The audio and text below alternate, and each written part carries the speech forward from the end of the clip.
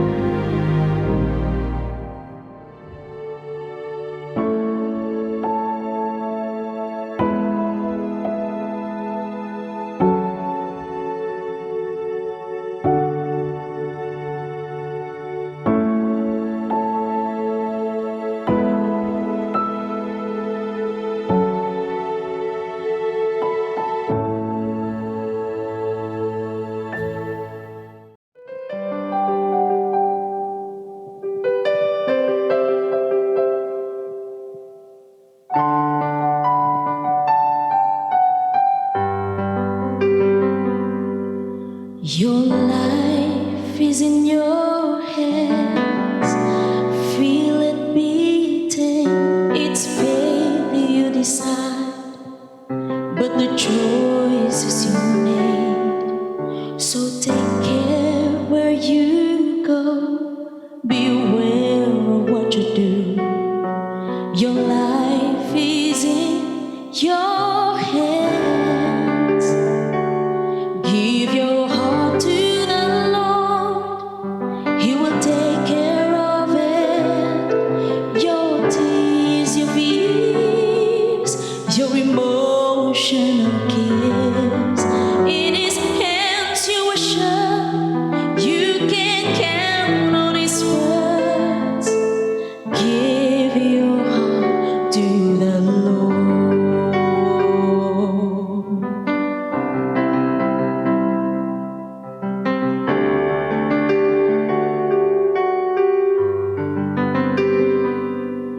If your heart has been broken too many times and life is so bad, you just want it to end, it's time for you to send a word up to heaven, putting your life in His hands. Give your heart to the Lord. He will take care of it. Your tears, your fears, your emotional cares. In His hands you are sure. You can count on His words. Give your heart to the Lord. God is the answer. He's all that you need. He will hear you. He's near. Give your heart to the Lord. He will take care of it. Your tears, your fears, your emotional cares. In His hands you are sure. You can count on His words. Give your heart to the Lord. Give your heart to the Lord. He will take care of it. Your tears, your fears, your emotional cares. In His hands you are sure. You can count on His words. Give your heart to the Lord. Give your heart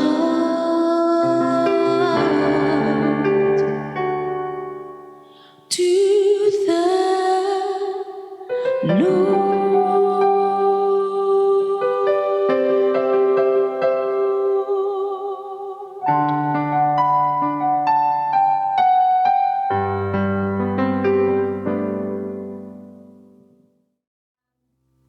Sa muli po, isang maligayang pagbati sa lahat na nakikinig at sumusubaybay ng ating programang Napapanahon. Salamat po sa inyong pagtitiwala sa programa ng mga matatapang na kababaihan, lalong-lalo na sa mga nag-iisang ina ng tahanan. Ngayong gabi, isa na naman pong napakagandang topic ang ating maririnig na pinamagatang Children, What Not to Do. Our speaker for tonight is Mrs. Ruth Tindugan Wright, a woman of firmness and love. Hey, good afternoon, everyone. I don't know if it's afternoon, but anyway, we're back here. I'm happy to be back here with you guys. So continuing on with our series, and last time I just like to have a little recap of what we did the other day, and it has something to do with unpacking the baggage of emotions, and we kind of touch a little bit about what a trauma is, and having a loss and grief, the grief cycles, where you deal with anger, bargaining, hopelessness, acceptance. And then, of course, we talked about a little bit of guilt and then forgiveness. And a question was brought to me, and the question is like, okay, what if the perpetrator or the person who has caused wrong is not repentant? How do you forgive a person who is not repenting? So the misconception about forgiveness is like, you are forgiving the person. But if you remember what we talked about last time, forgiveness is not about the person. Forgiveness is about you releasing the hurt, the pain, and the resentment that you have towards that person. It has nothing to do whether the person is repentant or not, because you are the one carrying that anger or resentment or whatever, betrayal. We're the one carrying that. Now, the person who did that may not even care. And maybe that person is happy or not even repenting. But the idea of forgiveness is really letting go. Because if you don't forgive or if you don't let go, then you're carrying that for your whole life. And it's not going to be good for you. And so it's just canceling it. Like, for example, that the parable of the servant. Well, he couldn't pay master, and so he asked for forgiveness. Of course, he was repentant, but then his debt was canceled. But guess what this guy did? I mean, if he was forgiven, he would have said, "Well, I'm not going to do this to other people." Well, you know what he did? There was this co-servant that had a debt and yet was not able to pay, and he was the one who did not forgive that servant.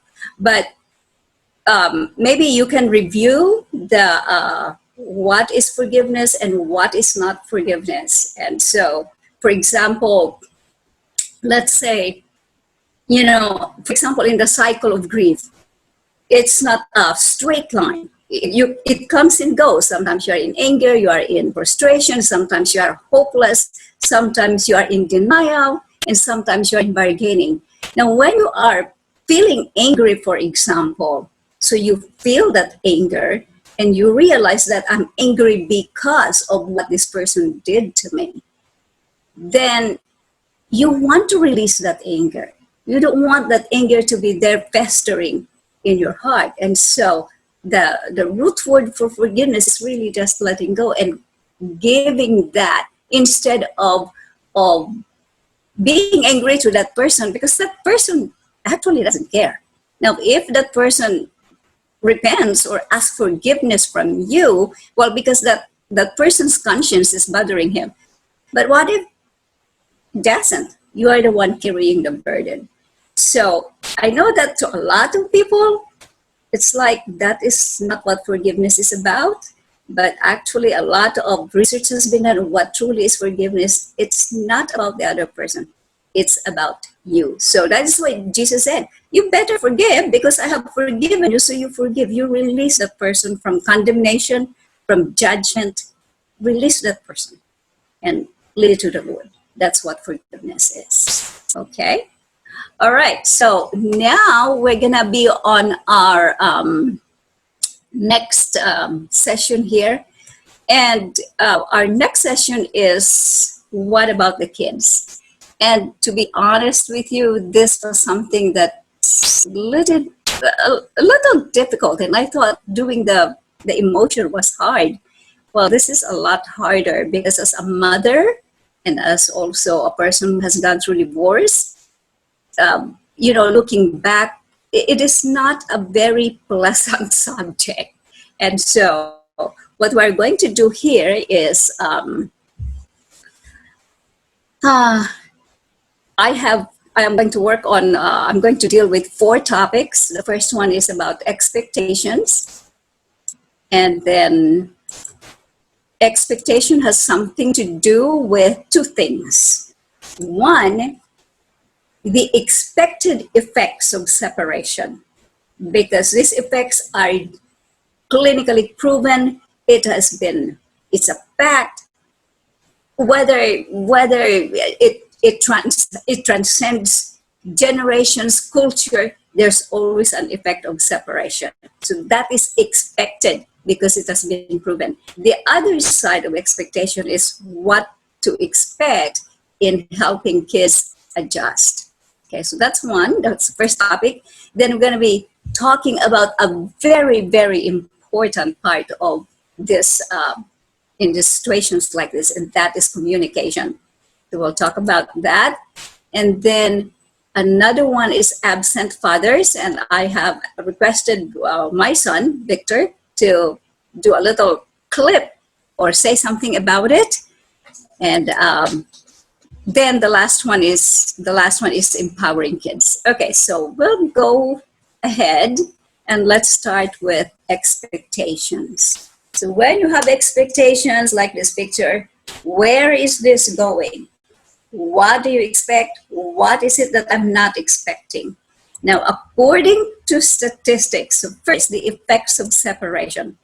According to statistics, on the very first year of all that drama and all that horrible event or whatever you call it, everybody, and not just the mother, there's this distress, anger, anxiety, and disbelief.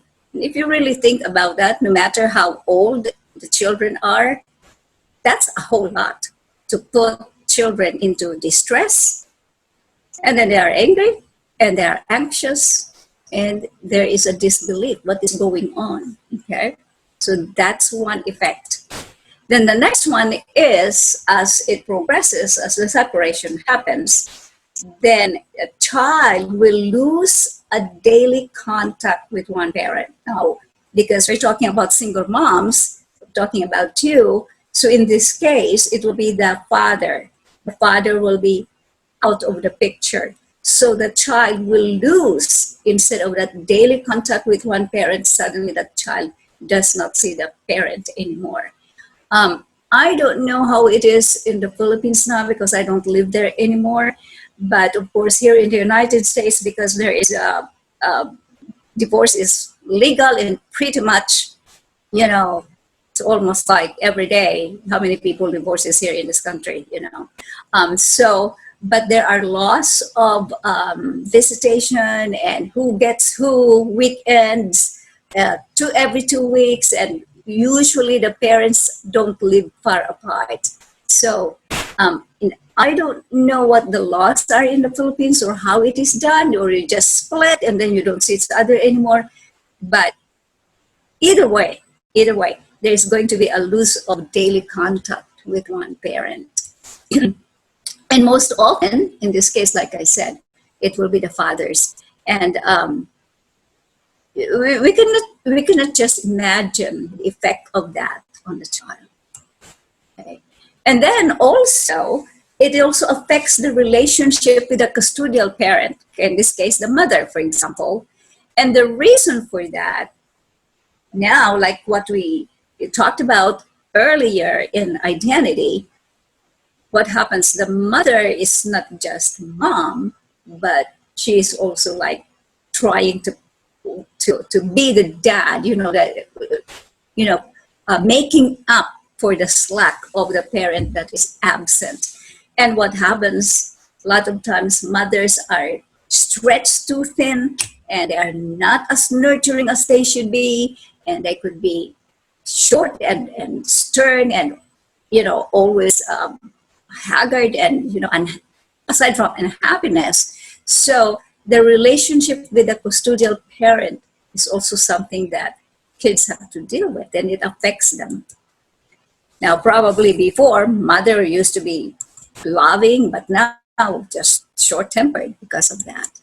And there are other stressors, like, for example, you change homes, and now you start, let's say you move out, and now you're living with your parents or with grandparents, and there could be change to schools, and most likely the living conditions will change.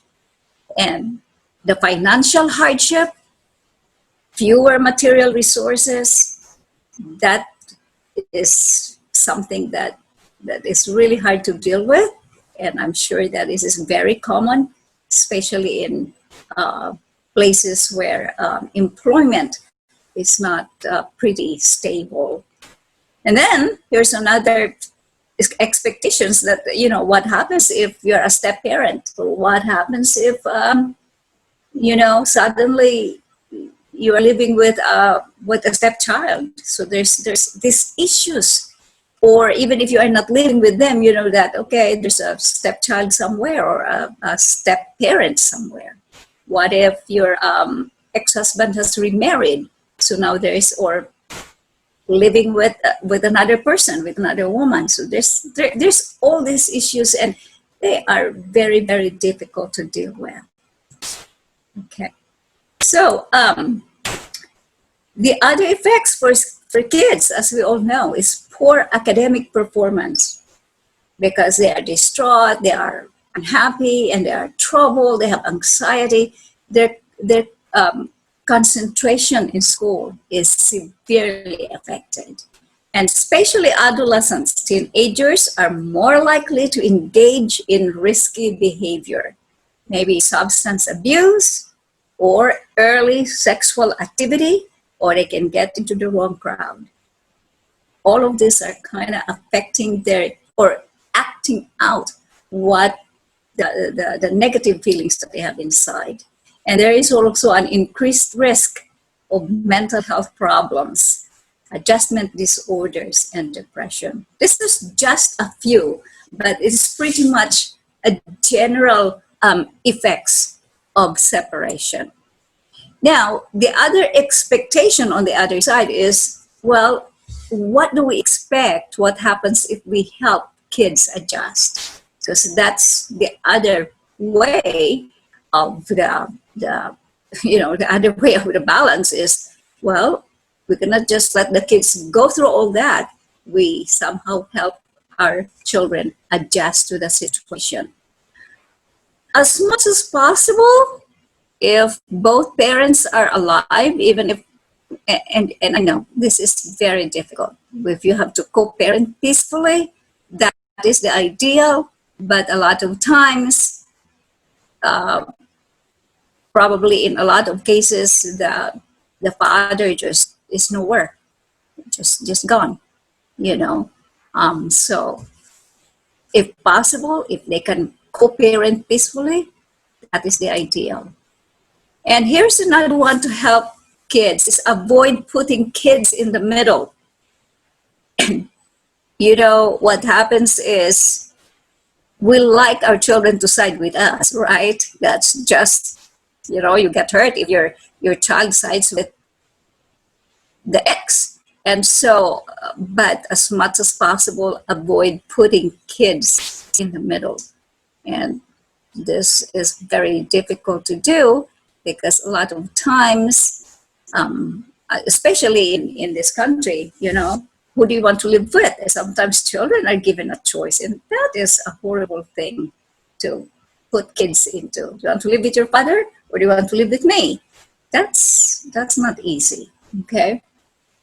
So the best is, as much as possible, avoid putting kids in the middle. And now, as far as if you are the custodial parent, and the best way to help kids adjust is have a healthy parent-child relationship. I'd like to make a point of something here, especially with boys. Sometimes, let's say you have the father is gone, or if the father died, and maybe you have an oldest son, and there is always this feeling that, oh, your father is gone, your father died, or your father has left, you are now going to be the man of the house. That's a whole lot of responsibility to put in on the shoulders of a 12-year-old, for example, or even a 15-year-old. They don't even know how to be a man yet, and yet somehow, that becomes some kind of a burden for them. I'm not saying that they should not be responsible, but on the other extreme is putting that load, that limits a boy to be a boy, and somehow just forces a boy to grow up and miss childhood. So it is a lot of balancing to do when it comes to this matter. And when it comes to the adolescent, monitor adolescents closely. The mothers, I know this is a lot, because so much responsibility happens here if you are the one that is the custodial parent, and with all the daily things that you already do in work and whatever. But this is really important, because this is an age where, you know what it is, teenagers really just start acting out, and rebellion, and you never know what is going on in their lives. So they may not like it, they'll probably be angry at you for monitoring, but remember, you are the parent, and that child, no matter how this child is acting out, he's still a minor, and that child is still really, actually deep inside, that child is really looking for safety, and of course that will come from you. So that's the next one here, is to help kids feel safe. So and then the last one here that I have is use consistent discipline.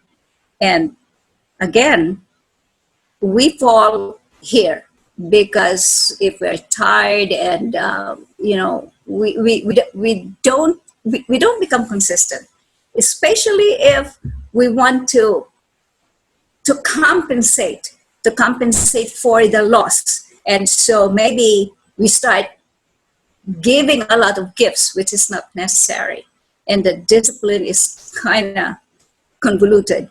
And so when you are not consistent, the unit is already sort of in a havoc. And so if there is no consistency, then the more there's going to be anxiety and confusion, because the children does not really know what to expect. Is mother going to be angry at this? Oh, yesterday she was fine. Or today maybe she's not in a good mood. Or maybe, or the rule was take off your, don't do, let's say, video games. If those who, you take away the video games, but then one day it's okay, and then one day you just read. In other words, if it's not consistent, then it is just harder to help kids adjust. And here's the other one, and I call this the walk the talk. And this is about spiritual values. If you're a Christian, then be a Christian. And don't preach, and yet you cannot practice what you are preaching. So it is very important that to help kids adjust, they really see consistency, not just in discipline, but in our behavior, in faith, in what we teach. That's what we do. And then, of course, hopefully, I don't know how it's done over there. Maybe the women's ministries of the church has some kind of parent education for this type. And if things are really hard and things are really getting difficult, for example, you have a child that has fell into maybe drug addiction or even has gotten suicidal because of mental, stress, then that is the time we need to get professional help. And I don't know how it is done over there, if it is available, counseling and all that kind, for just really getting professional help. Because if you cannot do it alone, if it's too hard for you to do, do not hesitate to ask for help. And one good thing about the culture is that we have that community culture. Your neighbor, your kapitbahay, your family, they're there to help. The church family, they're always there to help. So there's a community, and that is something that is really good, because then you are not as isolated. Okay, so the next topic here is absent fathers. The effects on children, and I will just go over this. There's father hunger, self-esteem issues, insecurity. There's a struggle to build and maintain relationship when children are the effects on children, and eating disorders, especially for girls, and also, of course, depression, anger, aggression, and they're more likely to become sexually active early, and they're more susceptible to addiction. So it is just something that is we need to watch out for it. So anyway, I did invite my son here, Victor, to say something a little bit about these issues of absent father. Say something about yourself. Yeah. Hi. A little bit about me before I start going on what I wanted to discuss is I graduated in the College of Education from the Adventist University of the Philippines back in 2016, and I have been teaching in the classroom since then. So that's 3 to 4 years now of classroom experience. And what I would like to share with you is the educational side of what happens when there are children growing up in single parent homes. Majority of that is when the father is absent. And what winds up happening is, statistically, children who grow up without a father tend to lack a lot of skills, which then results in adult negative behavior, especially when it comes to young guys. A lot of it has to do with how they treat the opposite gender, how they treat themselves, and how they act in society. And some different educational statistics I'd like to share with you is that kids who grow up without fathers are 4 times more likely to drop out of school. They are more likely to be sexually abusive, either to other people or towards themselves. And as far as lacking skills go, they fall into the category of more of toxic people. And if they're a guy, that would be what we would what society has called toxic masculinity, and they repeat the cycle. So those are the statistics that is true that we need to just accept, because that's what happens. But one of the things that I wanted to touch basics on is growing up, or kids who grew up without a father will eventually start to ask themselves, what did I do wrong? That is mainly because a lot of the times, because they're not perfect, they get in trouble at school, they get in trouble at home, and then they realize, well, wait a minute, some family member in my life is not here, and eventually they come to the realization that he left. And they're going to ask, well, what did I do for that? Was there anything that I could have done to keep him here? Did I do something to cause him to go? And the short answer for any parent, if that question was to come up, is no. It's never the child's fault that the partner left or the dad left. That's just not going to happen. But it takes constant reassuring that, yeah, the child might have made a mistake, but those mistakes do not affect the relationship between the father and mother. Those are isolated incidents. So it's very important that moms, especially in the formative years, guide the child in a loving, nurturing environment where the child knows that he or she is not the cause of the separation. And not all of single parenthood is because of separation. In the Philippines, I would know that being an overseas worker is a popular thing, and it happens to a lot of people.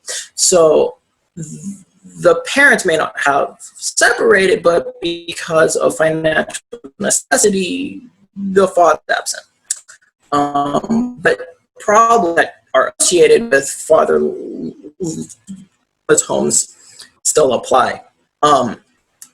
And for a young guy growing up, there are certain father traits that could be lacking, where eventually, if you were to notice your son starting to act a little bit more feminine, well, that's because especially with young children, they copy what they see. And I'm not trying to tell you that a mom has to be more masculine or, femininity is bad. No, but for a boy growing up, that's something you want to be aware of when all of a sudden your child, especially in the formative years, are starting to play dress up with dresses and makeup. That is natural, but also could cause more femininity down the line. And those are things that in the family dynamic, you would want to sit down with your child and say, okay, these are for girls, these are for boys, because there are certain aspects of a man that makes us different. And then growing up, you get a further stage in development, and there are times when you will have that awkward question about why is a boy and why is a girl a girl? And those are things that for a young man it can be very awkward to ask the female parent or the female guardian, because the thought process is different. But regardless of how awkward it is, that conversation is very important, and it needs to happen. Because if you don't, what winds up happening is that your young child is going to ask their friend who doesn't know anything either. And eventually that just stems from getting their information off the internet, which goes into bad advice and dangerous addictions such as pornography and going on the wrong side of the internet. So what can we do about this? Definitely form a community, but also it's important to reach out to other well-adjusted adult guys who are available and willing to help mentor your children. If you're in the church, a great place for this is the Pathfindering program, where they do separate the guys and the girls, so the adult guys can teach your sons guy things, how to be a respectable person, how to be a godly Christian adult through those stages. And of course, they do the same thing with female parents and your young female children growing up in that environment on how they're supposed to be treated and how they're supposed to grow up. So getting your children acclimated to what a healthy adult should be like, it's not a cure-all, but it does help prevent some of the negative statistics that comes along with broken homes and broken families. It takes a lot of prayer and family time. And I know that in a single parent family, it gets hard to even try to find that single hour to sit down and ask, how's your day? How's school? How's your friends? Who are your friends? Those are very important things because that is your child's life. And your child's life should be your first concern above everything else. And so it takes a network, it takes a community, and a willingness to admit that you can't do everything on your own. All right. Well, so that was, thank you, Vic. And let me just move on here. So we're back to, oops, I missed this thing. Hold on. So, okay. So Vic mentioned something about having a community and having male role models.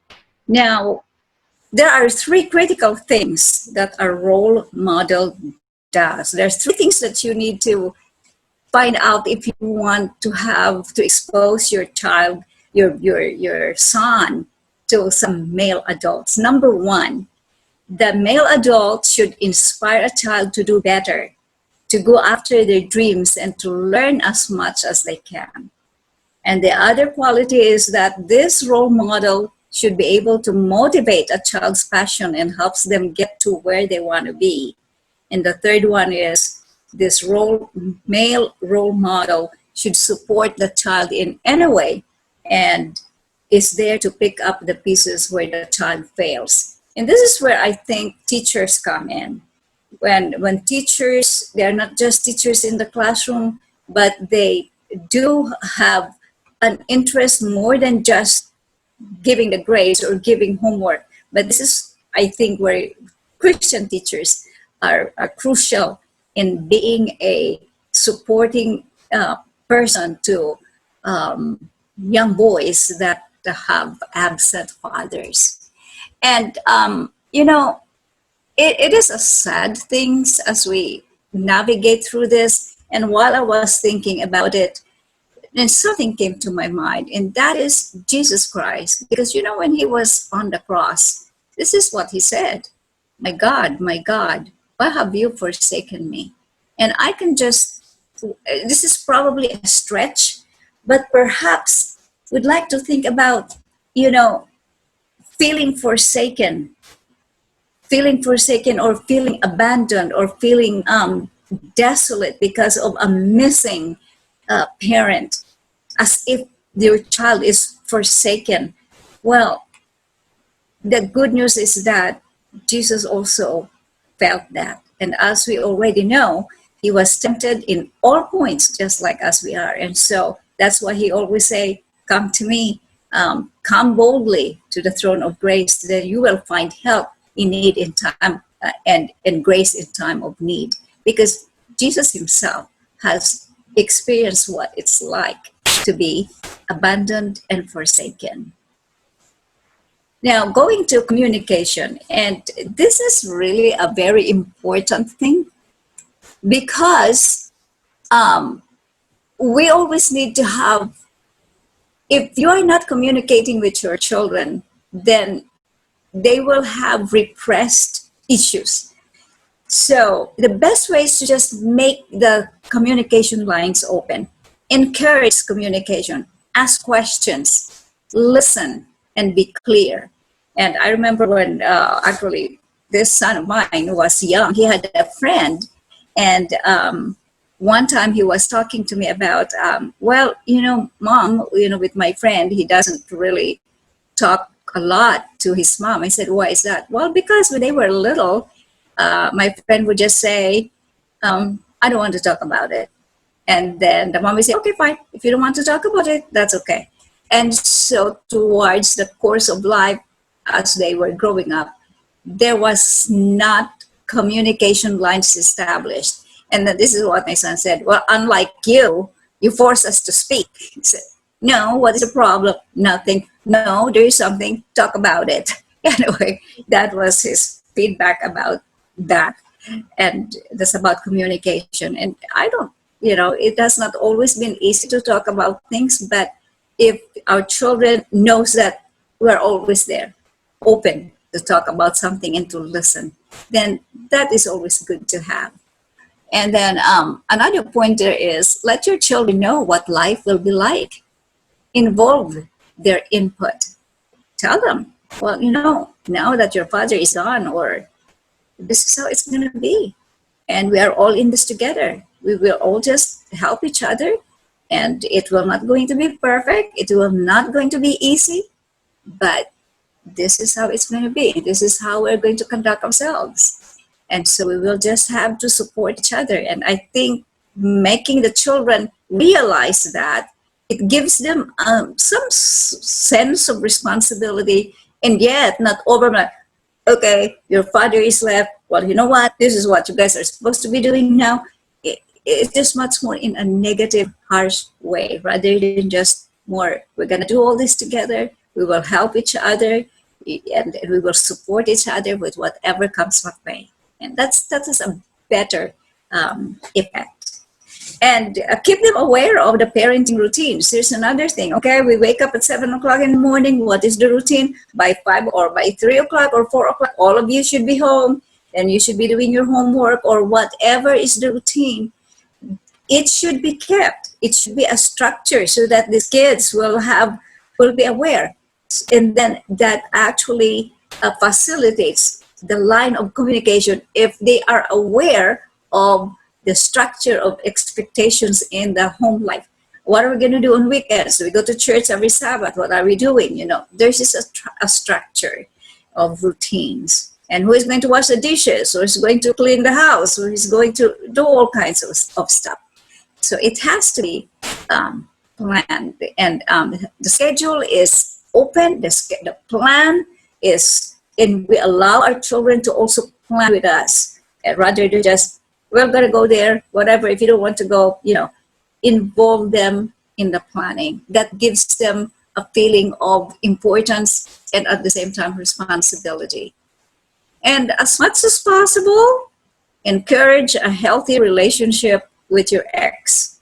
Another difficult thing to do, especially if the separation is, not also, every separation, every divorce is not a good thing.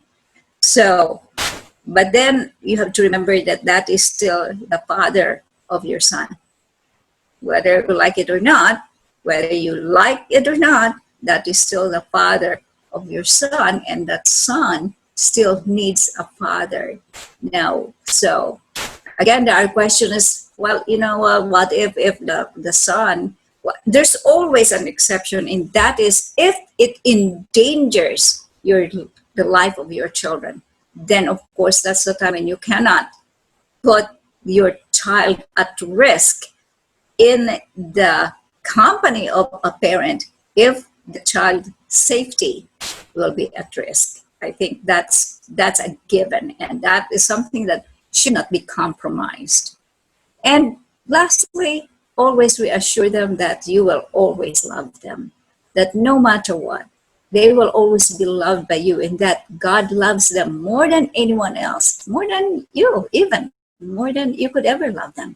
And when they know that they are loved, they're able to somehow have a cushion in the harsh realities of living in a single parent home. Here is anchor points for that. But to do good and communicate, forget not, for which such sacrifices God is pleased. I was a little wondering why the Bible used the word sacrifice. Because I think, and as I thought about it more, I thought that, it takes time. It takes time to develop good rapport with our children, especially in situations like this. Not just time, but effort, energy. There's so much going on. It's not easy, as we already know, but uh, to do good and communicate, that's what Hebrews tells us. Forget not, for with such sacrifices, God is well pleased. Okay. My last topic here is empowering kids. Now you see this picture of this girl with her hands on her hips, and it is said that if you want to practice, maybe if you have a shy kid, and you have your children practice standing like this for at least 2 minutes, and they said that it really helps them feel confident, or they feel empowered just with this kind of pose. So I don't know. Well, maybe you can try that. I put in here 5 ways to empower children, to empower your kids. First, number 1, important, teach coping skills. Now, we cannot always be rescuing our children and coming to the rescue and shielding them from the realities of life.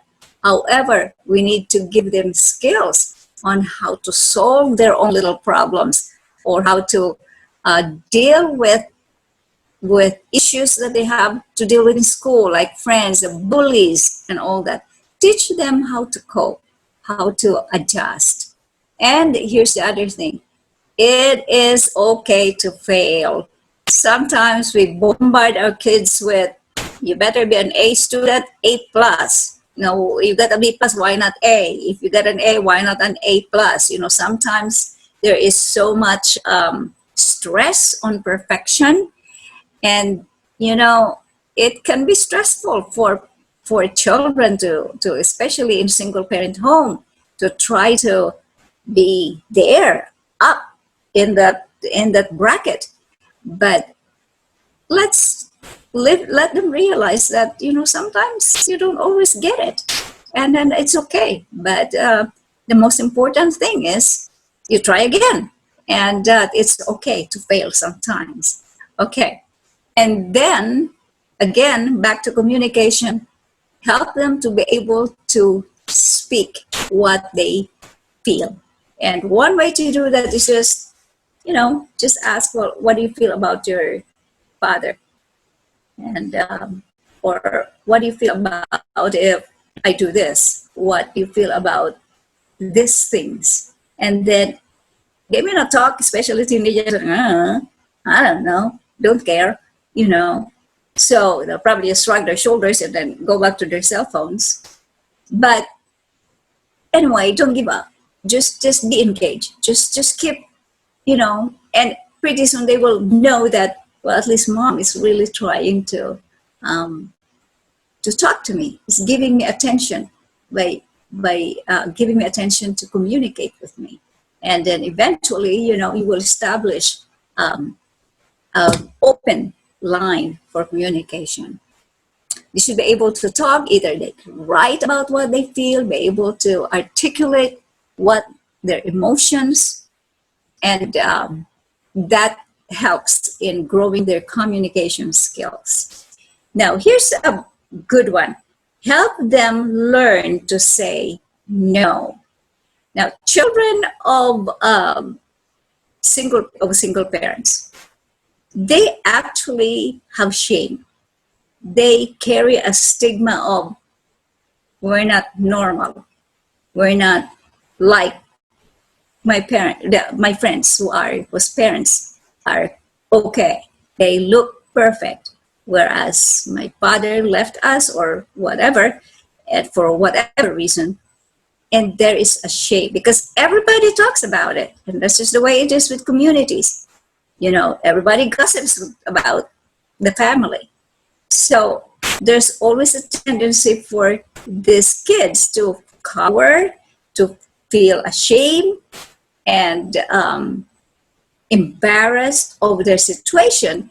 That is why sometimes they will do anything to be with their peer group. They want to be accepted. They want to be in the in crowd in such a way that they become a pushover. You know, you can just be pushed into doing things that they don't want, that maybe is not right for them to do. And one way to help our kids, to empower our kids, is we have to teach them how to say no. You know what? If you are being influenced into doing something that is not right, you have to teach the kids it's okay to say no and live up to the principles that are being taught. And you will know what it is. Every family, every situation is different, but these are just general principles. And helping them learn to say no will actually learning how to put boundaries. In that way, they cannot just be exploited, manipulated, and just because they want to be in the crowd, even if, and especially if that crowd, you know, is not a good crowd. And one more, and this is teach your child body safety.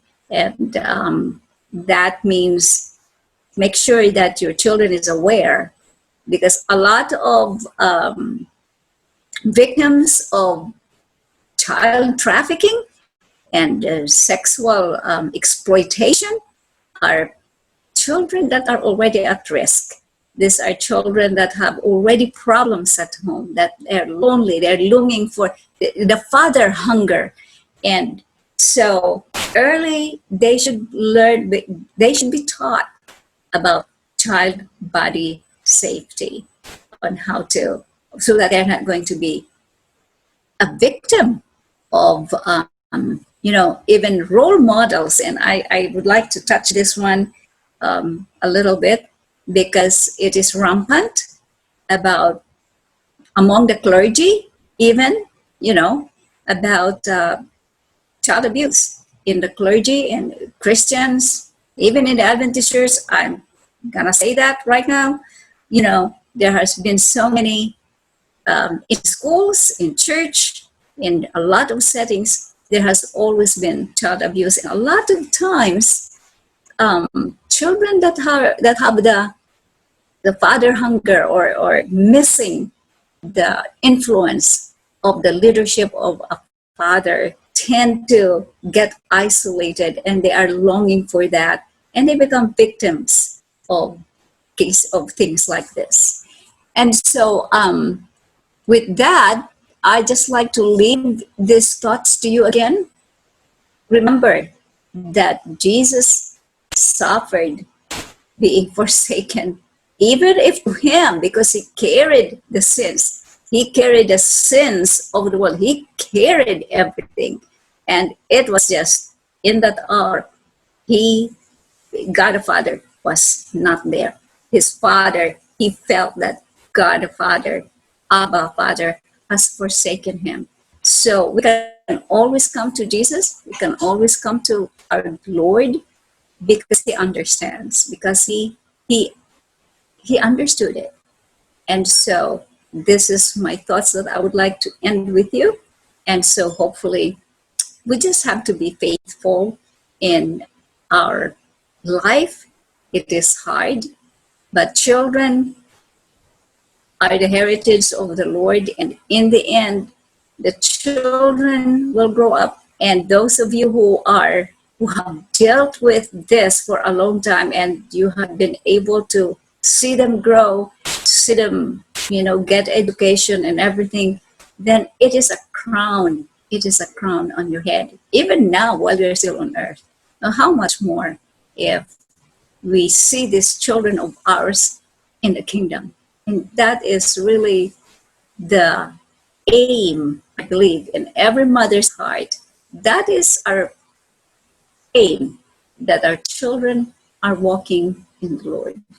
So it's, again, I'm going to say this again, it is not easy. We need to have constant prayer. And like I always say, once you become a mother, you are a mother till kingdom come. And no matter what happens here on earth, you are still going to be a mother. Single mom or not single mom. And so we need always the grace of God to help us as help you as you navigate this life of being a single mom, especially in the life of your children. I hope that gave you a little bit of insight, and I'm sure it's nothing new probably, but I hope that it has encouraged you that it's not impossible, and it can be done by the grace of God. And having our children go through and cope with this situation of you as a single mom in their lives. And just be faithful. I'll see you next time.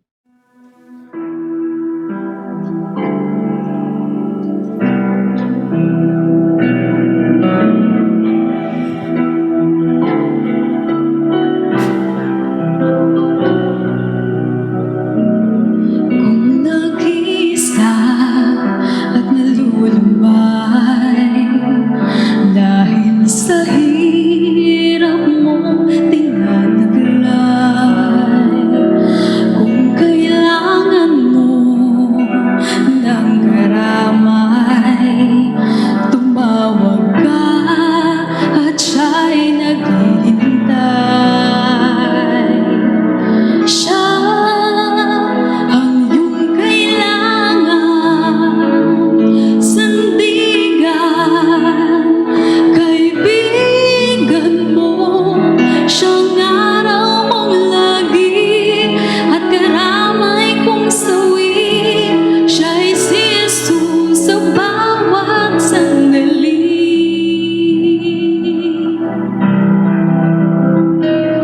Kung ang buhay mo ay walang sigla, laging takot at laging alala,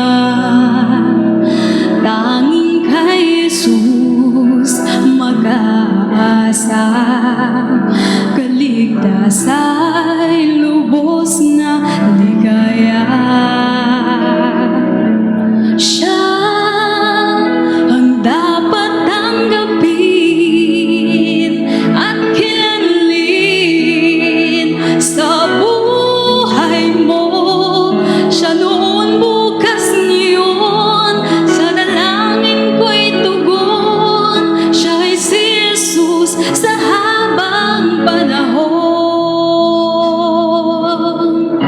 Kaya't ang lagi mong paghatatandaan, siya lang ang may pag-ibig na tunay, pag-ibig na tunay. Siya ang iyong kailangan, sandigan, kaibigan mo. Siya noon, bukas, ngayon, sa dalangin ko'y tugon. Siya'y si Jesus sa habang panahon.